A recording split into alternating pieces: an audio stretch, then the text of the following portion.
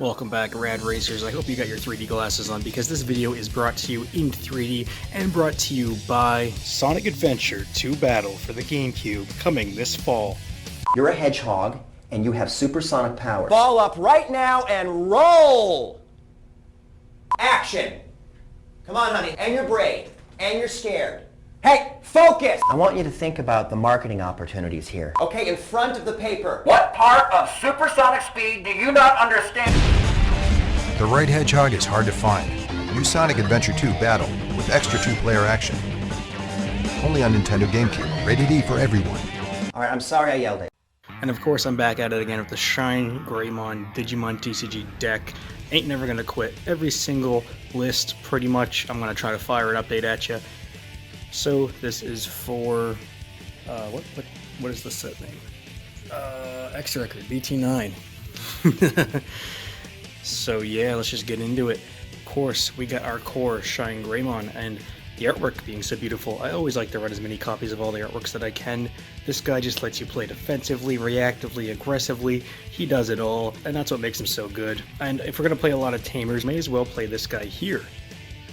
Find how thematic it is, because I'm using a lot of his other evolutions as well.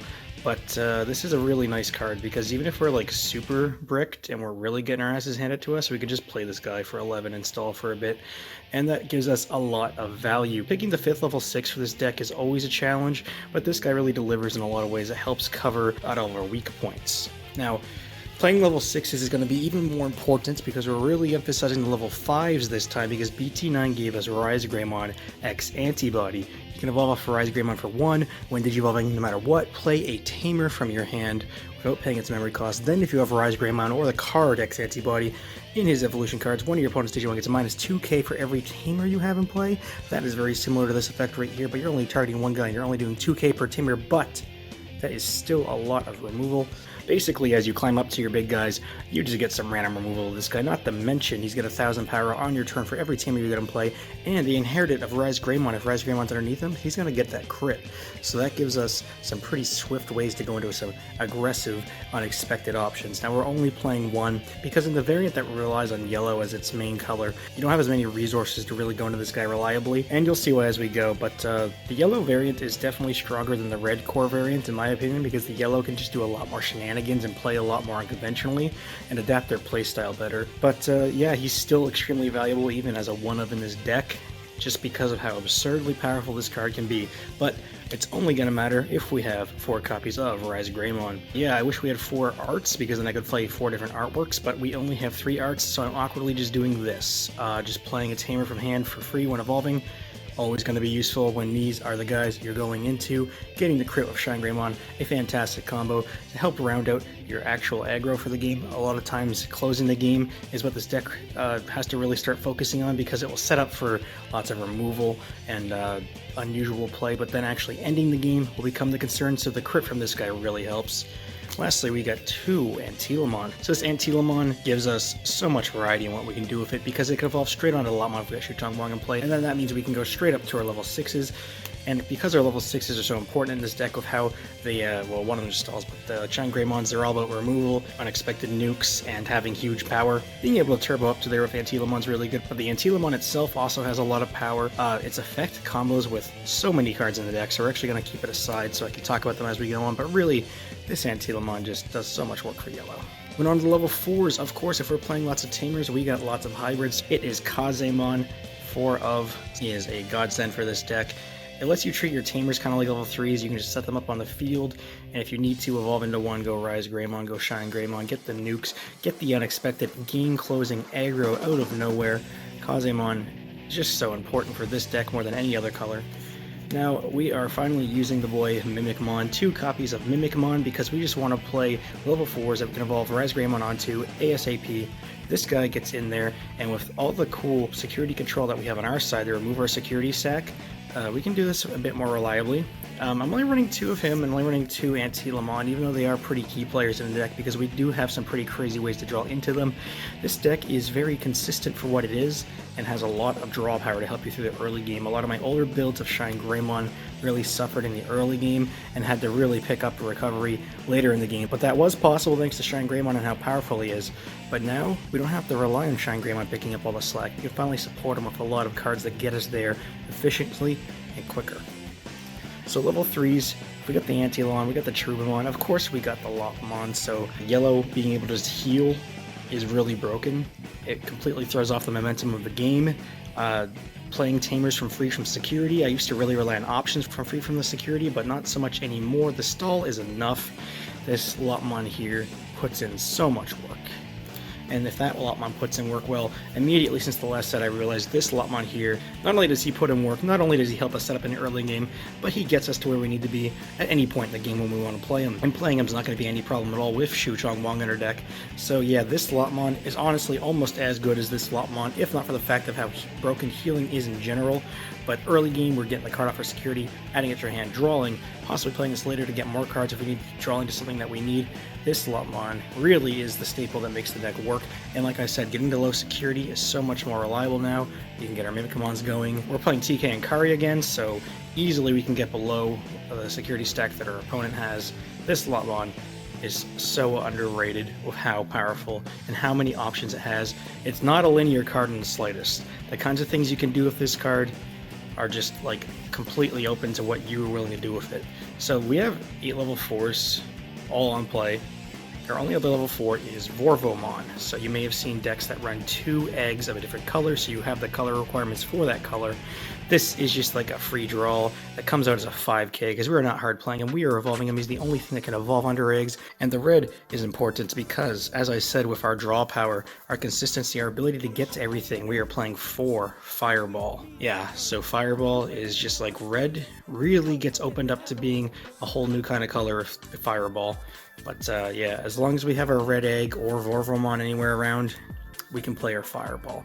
And with the new Tai and Kari tamer, which is red and yellow, it really gives us more reason to want to play red and yellow together as a color. So we're really making up for yellow's poor early game by playing cards that give us setup and draw, as well as just more draw power, maybe some anti-rush if we needed to nuke some lower level Digimon. Fireball really does it all for us. But the big reason why we are going yellow and red is because the all-powerful Sunrise Blaster. We're only playing 2 copies. Now, I said before how much I love to just load up on option cards and heal them all up and have a security stack that's so dangerous to run into, but you know what? This card does just fine as is, and the deck is a much more well-rounded deck now, relies much less on gimmicky healing, and just having the ability to set up with tamers, nuke early, nuke again if you need to, it's just all there of Sunrise Blaster. And with the amount of draw power we're getting, we're seeing all of our cards anyway, and because we get the red egg and the yellow tamers, we are able to play this card fairly easily. If you wanted to try playing more of it, I would not even hesitate to say that it's a bad idea if you can fit it in there. Lastly, of course, best yellow card in the game at 1. We gotta play it. It's a reinforcing memory boost. It's just that good. Nothing to say about it, really. Now here's our stack of tamers. I think there are 16 tamers in here because ShineGreymon, even Cherubimon, we're all about the tamers. So low life Lopmons evolving to Antylamon, Shu-Chong Wong is all part of that. So the amount of setup you get, the amount of presence you get early game for going Shu-Chong Wong, Lopmon, take top card of security to your hand, draw a card from your deck. Like, it's practically a fireball. You're getting 2 more cards to your hand, you're setting up for later for your ShineGreymon, getting more draws, and you're getting field presence.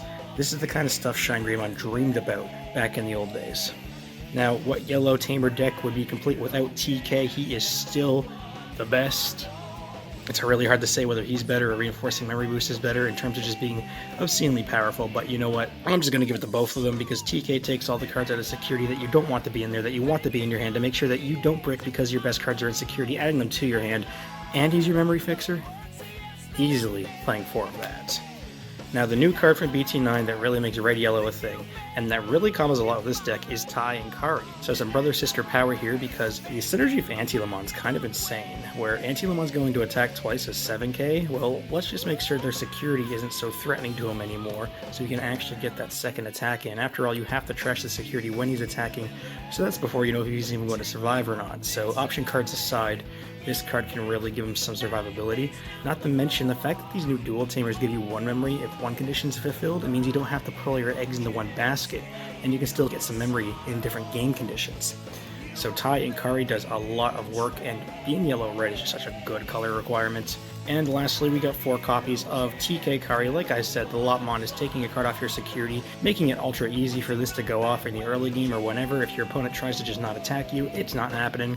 Suspending these to give 1,000, they stack up pretty quickly, and you can just start taking things out like mad. The 2 memory per turn is just insane. Really makes your early and mid game into something where you can catch up and really use your draw power to its advantage. So easy 4 of in this build of the deck. Our eggs are 2 copies of Kapurimon mixed with Vorvomon. That makes a 6k attacker because we're probably going to have a tamer, but most importantly, it's just that red color requirement, so we can play our options. We could play 4 if we wanted to. It's just for the style points that we're playing 2, because at most, we'll hatch the egg, evolve the Vorvomon, move them up, hatch the egg, still have a red color requirement, just in case we never do see a Tai and Kari for whatever reason, so we can play all of our red options. Besides, it's the red options we're trying to play early in the game anyway, so we don't mind, because all of our other level 3s have on-play effects and such, so we can do without the evolving onto eggs, because everything else is so powerful. We forego a little bit of consistency to try to make up for it with consistency and power. Well, my ShineGreymon deck truly is a legacy of my channel.